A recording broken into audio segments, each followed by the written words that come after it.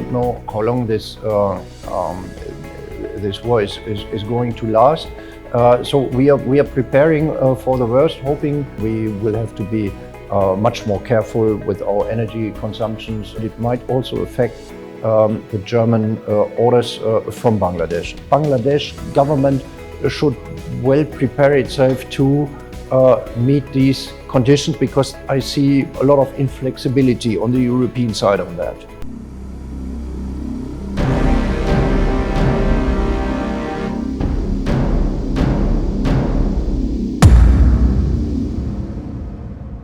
Actually, the world is going through a very crucial stage with Ukraine war going on and Russia closing the tap for gas and the winter coming. So we see reports that in Germany, gyms are shutting off warm water and the cities are getting dark at night, and Germany is preparing for a harsh winter. Mm-hmm. How do you look at the prospect? My country, for the first time in its existence since '49, is faced with a situation that it hasn't had before. I think a big question mark is put on the way that the German economy, but also the society has been functioning so far. And I think, and this is also mainly the opinion of most of our politicians, that the German society, the German economy is put at the test. But I think we will stand the test. We don't know how long it will be, because it simply depends on how long Russia is persevering to illegally and brutally attack a peaceful neighboring country. And this is mainly something that we, also as a member of the European Union, not only of the broader international community as such, cannot simply accept. And I think it is very clear to most of my compatriots that we also have to bear the consequences of our actions. I simply cannot say how long it will last. But I know that all politicians and my compatriots, they are willing to face these challenges. But what are your tactics? What are your strategies? You are bringing up the coal-fired plants again? You're talking about technical issues. Well, of course, there are a lot of emergency plans that are being elaborated now. First of all, we have agreed upon measures of international support together with our partners from the European Union. But on the other hand, the government has decided that the current crisis in Ukraine is one reason more to accelerate the energetic turn of our energy policy, so make us use much more that what we call renewable energies. And I think a lot of efforts go now into this. Also, of course, because there will be a time when we will not have reached the autonomy with that respect, or the degree of renewable energies, that we have to also envisage a lot of energy saving measures. You have already mentioned some of them. We will have to be much more careful with our energy consumption than we have been, and I think we will be concentrating more on the essential things, which lie with the economy, of course, but also with at least a minimum standard of well-being through the winter, because we unfortunately do not benefit from the summer that you call winter here. So we are preparing on several fields, and also we are discussing ways to get access to new energy supplies. Our economy minister, he undertook a lot of trips to new and potential partners. So this is how Germany is preparing for what may be coming. And that means the economy will shrink substantially. The economy will shrink substantially. Yeah, that's not, well, this may be. We all don't know how the future looks. We don't know how long this war is going to last. So we are preparing for the worst, hoping that it will not happen. It may, of course, if it comes very worse, affect severely the German economy. It might, even according to some economic analysts, lead to an economic recession. But this is not clear yet. It may happen. We prepare for it not to happen, and we'll see. Bangladesh exports a lot. Yep. It's a major European destination for our exports. It had been for a long time. So when Germany's economy shrinks, it directly affects our producers here. Yeah, of course it will. On the Bangladesh-German trade, out of the let me say ongoing turmoil and crisis. Mainly, we're not only affected by the consequences of the Russian aggression on the Ukraine, but we also are affected, as is Bangladesh, also with an inflation rate which is on the rise, which is at levels that at least the Federal Republic of Germany has not seen so far, and that results in a dwindling purchasing power of our compatriots. We also see, if you look at German newspapers, that people have become very reluctant to consumption. They're refraining from buying in the shops. That is also to do with inflation is not just an economic figure, it's rising prices in the shops. Food has become, also like here, much more expensive than it has been in the past. So people are making economies. They are also preparing for the future bills, for their energy supplies. So, and what just this has to do with Bangladesh, my personal opinion was that it might also affect the German orders from Bangladesh, because if I'm not completely wrong, Bangladesh is mainly providing Germany with garment, at least the bulk of what it ships to Germany, with garment from the less expensive level. And if I'm not completely wrong, this is part of what we call in Europe and Germany also fast fashion.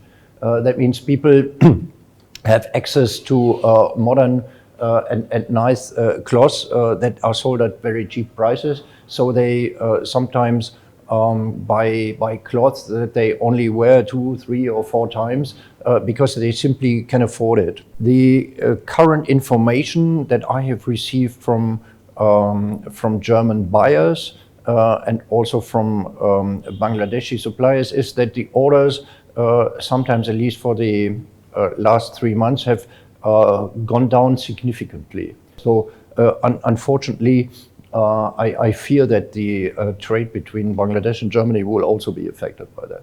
How do you see, in your view, how this war will end? How you can, close this thing? Simply, I do not know about this than any interested reader. We of course, we hope when we work for it that it ends with a corroboration of the Ukrainian sovereignty, which is in danger, and with a withdrawal of the absolutely illegal Russian invasion army. We hope that is that. If it will turn out that way, we will all see. Well, at least we, together with our partners, are working on restoring the international order that we had, and we also should not forget that Russia is one of the official guarantors of the Ukrainian sovereignty that it's now menacing to annihilate. Do you think a military, decisive military Counteraction. win that can end the war, or it can be ended through diplomatic parlance? Well, I think, of course, I'm a diplomat. I'm always in favor of a diplomatic solution, and the most cherished for diplomatic solution would be the withdrawal of the Russian forces from Ukrainian territory. But this is a state that we have not even seen before the Russian invasion, because there were some problems in the east of the Ukraine. I can simply not foretell what is going to happen. Of course, we are working to it that at least the military solution that the Russian invader had in mind will not be realized. So far, out of the consequences and lessons that we have learned from the Second World War, we were absolutely reluctant and unwilling to send arms into conflict zones, and we have dramatically changed our position. We are also supporting Ukraine with weapons in order to make sure that the Russian intentions do not realize. Do you find a kind of palpable sense of fatigue among the Western nations in supporting this? I could diplomatically say a lot of discomfort. We are ready. We're not looking forward to it, but we are ready to face these challenges, and I don't see any kind of fatigue, at least not with those who are on the political level. Do you see Sweden and Finland applying for NATO membership? Do you see a similar fate for them that has happened with Ukraine? Well, they simply do. No, I don't see that. It simply depends on those who have aggressive intentions. These intentions are not to be found within the camp of NATO members, and I think it's quite significant that all those directly after the Russian invasion of the Ukraine, who have for decades stuck to their neutrality, that in the face of this huge menace, they seek the support and to join hands with the democratic countries that comprise the NATO. NATO has never menaced or threatened any other country. Which areas, because Bangladesh is outside governments, they are taking other initiatives, and may I add one thing that probably a year back or more than that, one of our ministers said he met a German delegation, and thereafter he announced that BMW is going to invest in Bangladesh. Is there any truth in that? I am not in a position to confirm that. That doesn't mean that I say it is not true, but simply, because of the function of a German economy, of the German embassy within the network and system of the German economy. We are or try to be a sort of a service provider for a smaller and medium-sized enterprise. The government of Bangladesh has bought 24 pilot trainer machines, and of course we have accompanied the enterprise group in doing that. They replaced the older Chinese models that the Air Force has. There's a drastic improvement from China. Germany is a drastic improvement. So, for instance, this is a medium-sized enterprise that has, let me say, tackled this question of a bit of support, and we could accompany this enterprise. But and also smaller factories and smaller business. They come to us and ask for some advice and if possible to some. But the bigger ones, as BASF or Siemens. Siemens is very present here.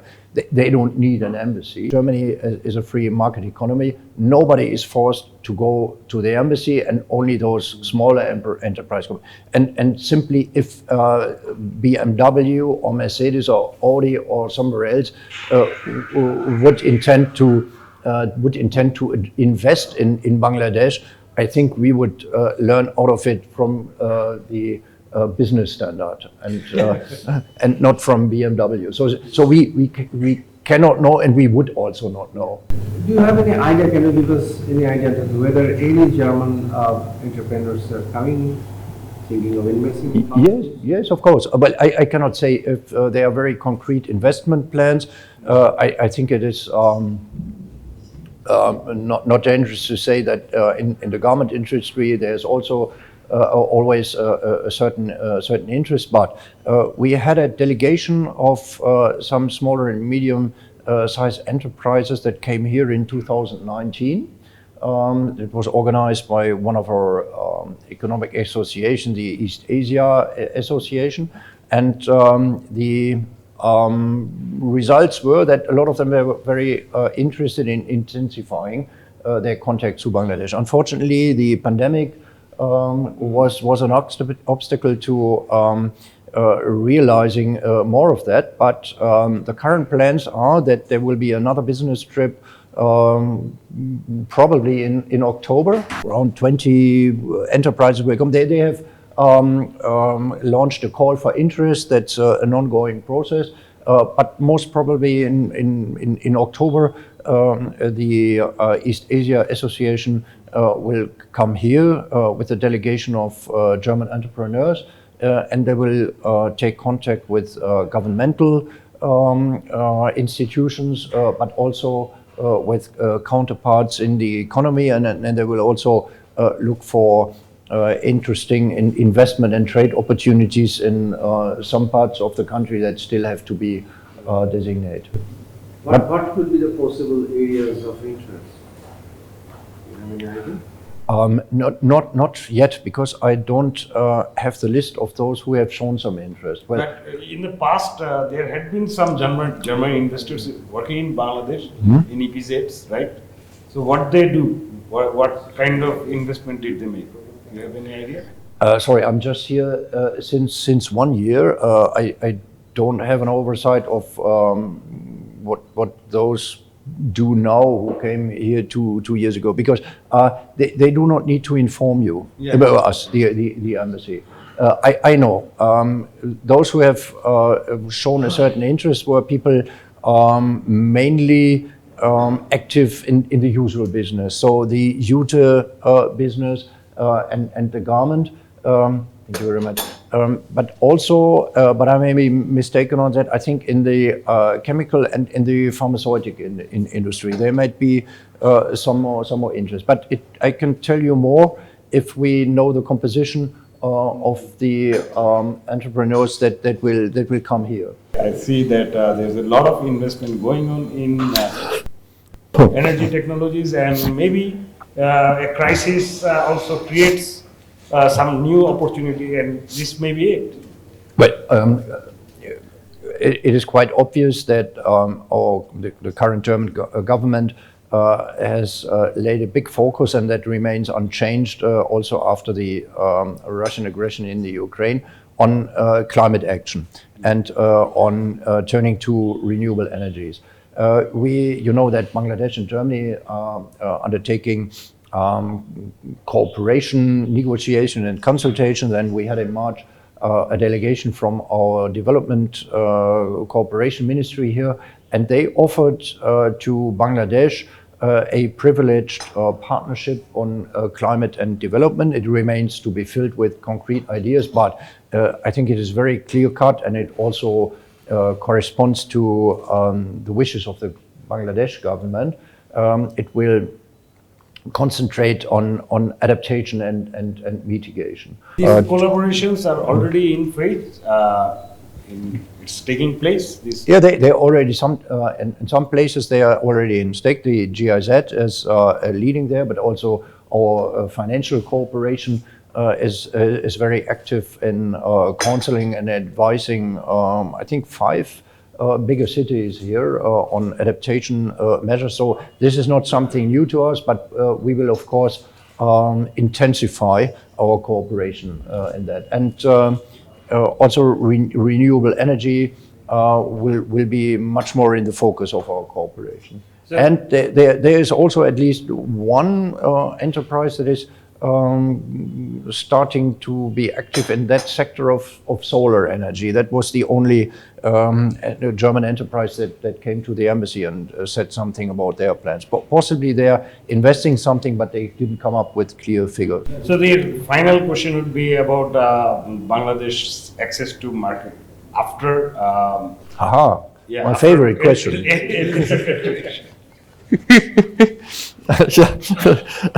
Well, I think what I could say, also a question with regard to the future, and you know that prognostics are even harder if it comes to the future. No, but I think it is quite clear that Bangladesh will ask for some preferential treatment after the graduation and after the expiration of the grace period.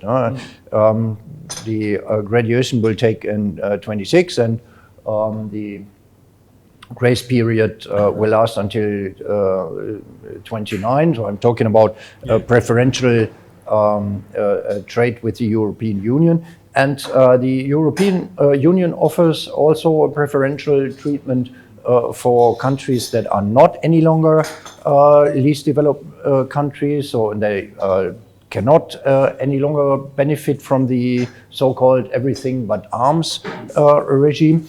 And this is called GSP Plus, General System of Preferences Plus. And if I'm not completely mistaken, the plus is also, let me say, meaning that some requirements have to be fulfilled. It is bound to certain conditions. It is a certain kind of compliance with at least 27 international conventions that refer to human rights standards, labor standards, and also environmental standards. That doesn't mean that the compliance with all these 27 conventions, and Bangladesh has signed these conventions, most of them a long time ago. So a lot of these conventions date from the 50s even. So that's nothing new. So it's not about always 100% compliance to that, but if I have understood how it's being assessed in Brussels, because our European trade policy is formulated in Brussels, it's depending on if they can assess an upward trend. There should not be a downward trend in that. According to what analysts and close observer of the situation in the country say, they say it is a challenge for Bangladesh. It is not something that is as evident as it may seem. So it's really an important step to be actively taken by Bangladesh. I'm not 100% sure if everybody has already lived up to that fact. It would be very hard. Sometimes I hear that politicians are in favor of a simple prorogation of the everything but arms agreement. Well, I cannot foretell the future, but I think it's, at least with the information I have today, very improbable that a simple prorogation will take place. I think the Bangladesh government should well prepare itself to meet these conditions, because I see a lot of inflexibility on the European side on that. But it will be a challenge, and I think all stakeholders, politics and economy will have to work together on that.